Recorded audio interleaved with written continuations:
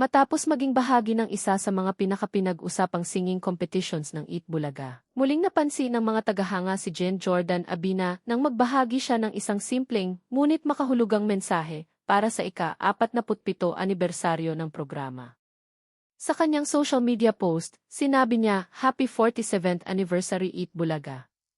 From You're the Clone's ultimate grand winner, your Karen Carpenter clone." Kahit maikli lamang ang kanyang pagbati, mabilis itong napansin ng mga tagahanga ng programa at ng mga sumubaybay sa kanyang naging paglalakbay bilang contestant. Hindi nakapagtataka kung bakit naging espesyal ang mensaheng ito. Si Jen Jordan Abina ang kinilalang ultimate grand winner ng The Clones, ka-Voice of the Stars, matapos mapabilib ang mga hurado at manonood sa kanyang halos kaparehong boses ng legendary singer na si Karen Carpenter.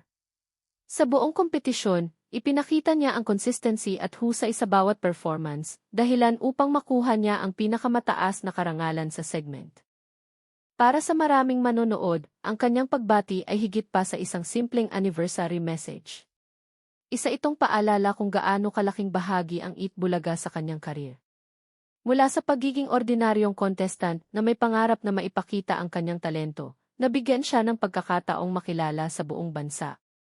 Ilang beses na rin niyang naibahagi na noon pa man ay pangarap na niyang makapag-perform sa programa, kaya ang pagiging grand winner ay isang tagumpay na hindi niya madaling makakalimutan.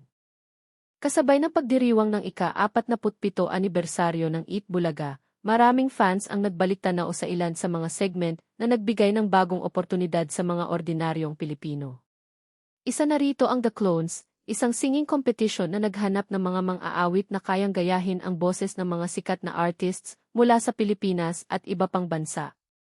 Dahil sa tagumpay ng segment, maraming contestants ang nakilala, ngunit isa si Jen Jordan Abina sa mga pinakaunang naaalala ng publiko dahil sa kanyang natatanging interpretasyon bilang Karen Carpenter. Marami ring netizens ang nagpahayag ng kanilang suporta sa kanyang post. Para sa kanila, magandang makita na hindi niya nakakalimutang kilalanin ang programang naging malaking bahagi ng kanyang paglalakbay bilang performer. Sa industriya ng entertainment, ang ganitong simpleng pagpapakita ng pasasalamat ay madalas na pinahahalagahan ng mga tagahanga dahil ipinapakita nito ang pagpapahalaga sa mga oportunidad na nagbukas ng bagong yugto sa kanyang karera. Sa loob ng 47 taon, maraming artista, performers, at ordinaryong Pilipino ang nabigyan ng pagkakataong maipakita ang kanilang talento sa Eat Bulaga. Ang pagbati ni Jen Jordan Abina ay nagsilbing paalala na sa likod ng bawat tagumpay ay may programang naging tulay upang makilala ang kanilang kakayahan.